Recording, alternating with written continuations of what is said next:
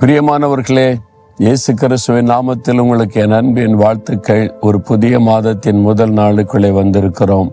நாட்கள் வேகமாய் கடந்து போய் கொண்டே இருக்குதில்ல, ஆனாலும் அவருடைய கிருபை நம்மை தொடர்ந்து கொண்டே இருக்கிறது.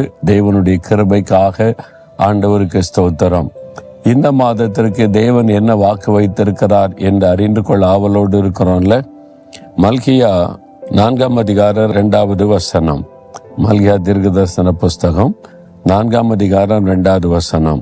உங்கள் மேல் நீதியின் சூரியன் உதிக்கும், அதன் செட்டைகளின் கீழ் ஆரோக்கியம் இருக்கும். உங்கள் மேல் நீதியின் சூரியன் உதிக்கும். அதாவது இருள் சூழ்ந்திருக்கிற உலகத்துல காலையில சூரியன் உதித்து வரும் பொழுது பாருங்க, இருள் எல்லாம் தானாக விலகி மக்கள் மத்தியில ஒரு சந்தோஷம், மகிழ்ச்சி உண்டாகும்.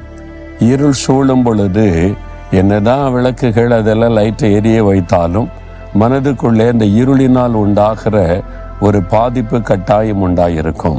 ஆனால் வெளிச்சம் வந்தவுடனே அந்த பாதிப்பெல்லாம் மாறிவிடும். உங்களுடைய உள்ளத்தில் ஏதோ ஒரு பாதிப்பு இருக்கலாம்.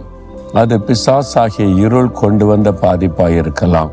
ஒரு பக்கத்தில் வெளிச்சம், ஒரு பக்கத்தில் இருள், அப்படிப்பட்ட சூழ்நிலையில் இருக்கலாம். சமீபத்தில் ஒரு கூட்டத்தில் நான் போயிருந்த போது ஒரு சகோதரி மேடையில் வந்து ஒரு சாட்சி சொன்னாங்க.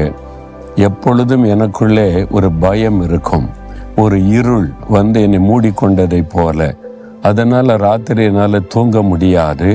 என்னை சுற்றில ஒரு இருள் இருக்கிறதை ஃபீல் பண்ணி இரவும் பகலும் அந்த பாதிப்பு இருந்து கொண்டே இருந்தது. ரொம்ப மன சோர்ந்து போனேன். ஆனால் இந்த மாதிரி கிறிஸ்தவ கூட்டத்துக்கு வந்தபோது ஆண்டவருடைய வல்லமை தொடும்படியான ஜெபங்கள் ஏறெடுக்கப்பட்ட போது ஒரு வெளிச்சம் என் மீது வந்து இறங்கினார். அந்த சகோதரி சொன்னாங்க, இந்த வெளிச்சம் வந்த உடனே எனக்குள் இருந்த இருள் அப்படியே விலகி போனது. ஒரு பெரிய சந்தோஷம் வந்து விட்டார். பல வருஷமாக எனக்குள் இந்த இருளை மாற்றி அந்த வெளிச்சம் ஒரு பெரிய சந்தோஷத்தை கொடுத்தது என்பதாய். அப்போ வெளிச்சம் வரும் பொழுது இருள் தானாய் விலகி ஒரு பெரிய சந்தோஷம் வருகிறது.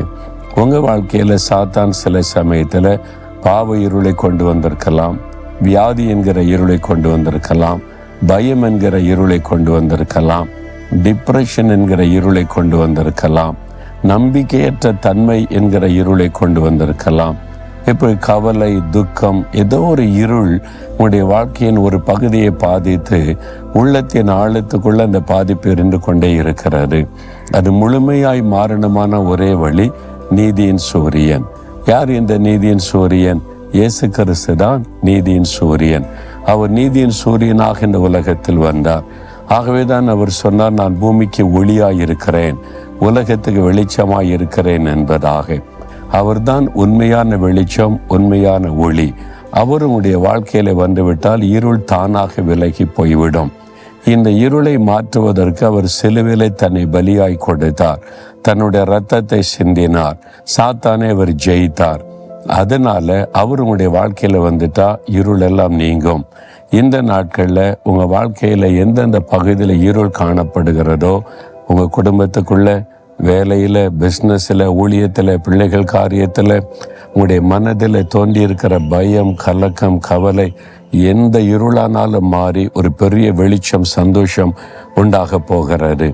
இப்போ நீங்கள் ஜெபிக்கணும். ஆண்டவரே, நீதியின் சூரியன் என் மீது உதிக்கணும், இயேசுவாகிய அந்த வெளிச்சம் எனக்குள்ள, என் குடும்பத்துக்குள்ள உதிக்கணும்னு சொன்னீங்கன்னா அந்த வெளிச்சம் வந்த உடனே அப்படியே சூழ்நிலை மாறுவதை காண்பீங்க. அப்படி ஒரு ஜெபம் செய்யலாமா? நீதியின் சூரியனாய் இருக்கிற எங்கள் இயேசுவே, எங்களுக்காக மரித்து உயிர்த்தெழுந்தவரே, இதோ எங்களுடைய வாழ்க்கையில காணப்பட இருளை மாற்றி எங்களுடைய வாழ்க்கையை வெளிச்சமாக்குவதற்காக சிலுவையிலே பலியாய் கொடுத்தீரே. இந்த மகன், இந்த மகள், அவருடைய வாழ்க்கையில காணப்படுகிற இருளான பகுதிகள் மாறும்படி இன்றைக்கு உம்முடைய வெளிச்சம் அவர்கள் மேல உதிப்பதாக. இன்றைக்கே இப்பொழுதே ஒரு அற்புதமான மாற்றம் அவருடைய உள்ளத்தில் உண்டாகட்டும். இயேசுவின் நாமத்தில் ஜெபிக்கிறோம். ஆமேன், ஆமேன்.